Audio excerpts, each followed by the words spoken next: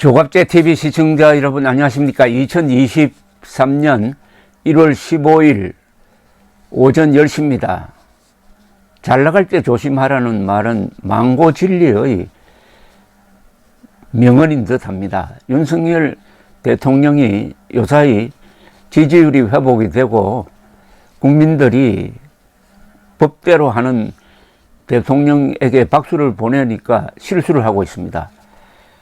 장제원이라는 이 배신자입니다. 좌익과 손잡고 김정은과 싸우는 자당 대통령 박근혜를 탄핵하는 데 앞장섰던 자가 이제는 윤석열을 얻고 마치 과거에 박 대통령을 죽음으로 몰아넣었던 그 차지철처럼 행동을 하니까 여론이 완전히 바뀌었습니다. 지금 인터넷 공간에 들어가 보면은 정통 보수 세력뿐만 아니라 중도까지 다 지금 장제원 비판에 몰두하고 있습니다. 특히 조선일보가 하나의 기준인데 조선일보에 달려있는 이 장제원 비판 댓글을 보면은 윤석열 대통령이 위험해졌다는 느낌이 듭니다. 윤석열 대통령이 또 실수하고 있습니다. 세 번째 정치적 실수입니다. 취임하자마자 해야 될 일을 취임하기도 전에 청와대를 졸속 이전하려다가 결국은 지금까지 이어지는 부작용을 남겼고,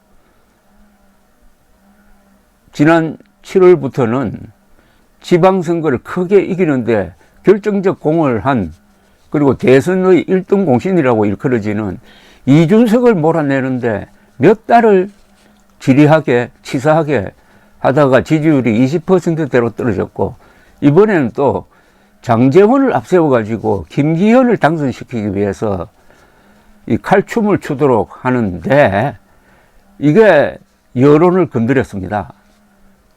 이제 큰일 났습니다. 윤석열 대통령 큰일 났습니다. 이대로 두면은 전당대회가 완전히 깽판이 됩니다. 전당대회가 분열의 막장극이 될 가능성이 많습니다. 가만히 있는 사람을 장제원이가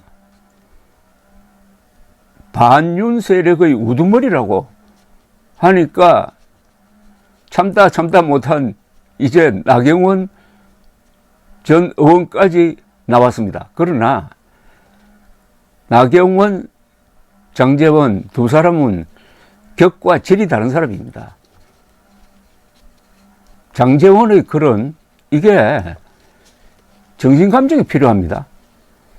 아니, 같이 윤석열 대통령을 만들어 놓고 느닷없이 나경원 씨를 반윤의 우두머리라고 하면 되겠습니까? 나경원이 반윤이라면은 저도 반윤입니다. 저는 나경원의 2019년 투쟁을 굉장히 높게 평가합니다.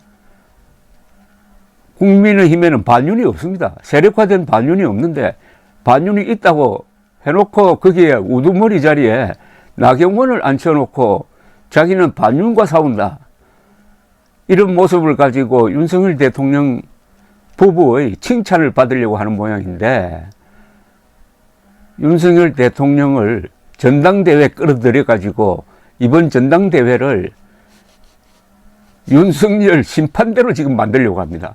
장제원 심판대가 되는 게 맞아요. 장제원 심판대가 되는 것도 위험합니다. 이준석 전 대표는 이미 이번 전당대회는 장제원 심판대다, 사무총장 호소인 장제원 심판대다 라고 선언을 했는데, 장제원 심판대란 말이 윤석열 심판대란 이야기 아닙니까? 윤석열 대통령 정말 안타까운 게 이분이 법치는 잘하는데 정치를 잘 못하고 있습니다. 그런데 법치 아무리 잘해도 정치를 잘못해가지고 선거에서 지고 정권 놓쳐버리면은 이명박, 박근혜 신세가 될 가능성도 배제할 수 없습니다. 지금 코너에 몰린 이재명을 돕고 나온 게 바로 장제원입니다.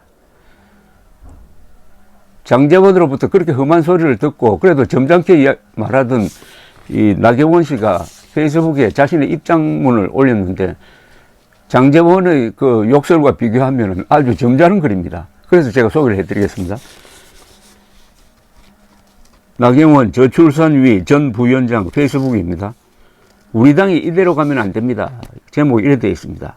제2의 진박 간별사가 쥐락펴락하는 당이 과연 총선을 이기고 윤석열 정부를 지킬 수 있겠습니까? 지난해 가을 어느 날 아침 대통령실 소속 누군가가 제 집 앞을 찾아왔습니다.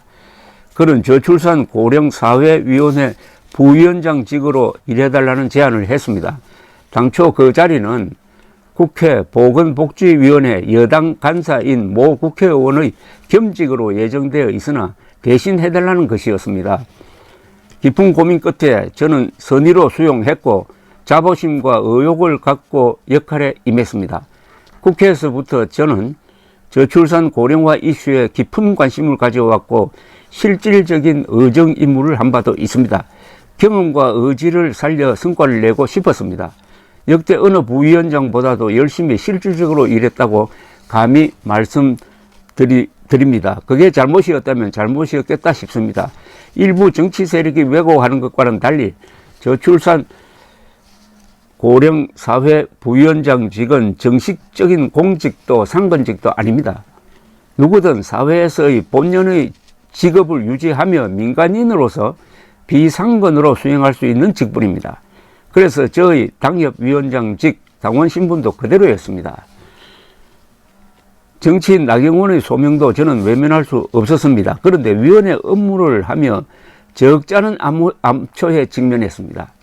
급기야 제가 해외 정책 사례를 소개한 것을 두고 정면으로 비난하고 포퓰리즘이라는 허황된 프레임을 씌워 공격했습니다.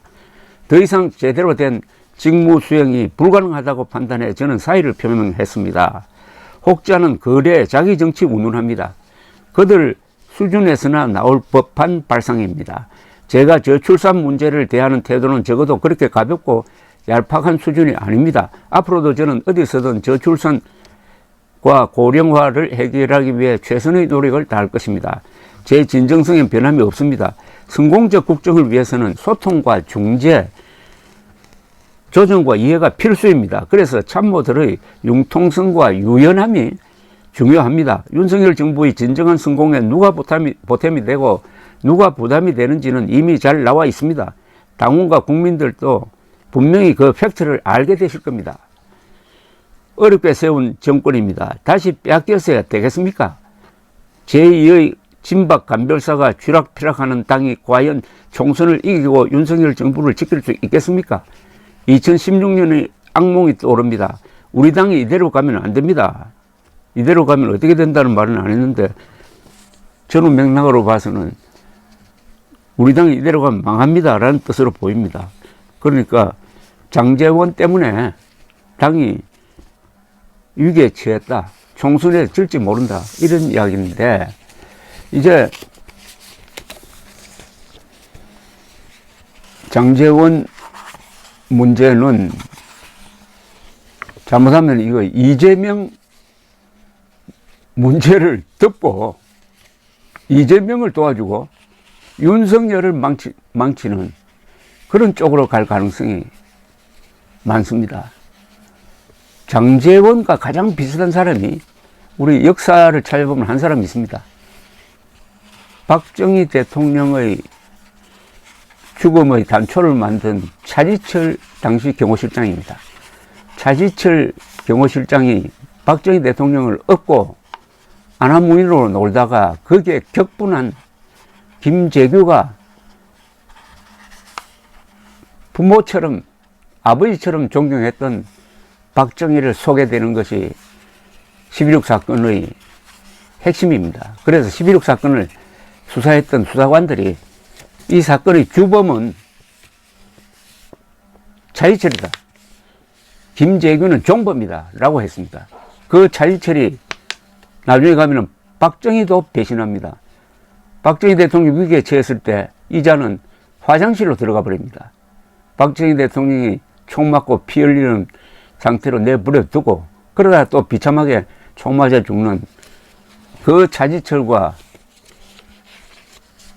장제원의 닮은 점은 제가 본격적으로 한번 분석해서 말씀드리겠습니다. 감사합니다.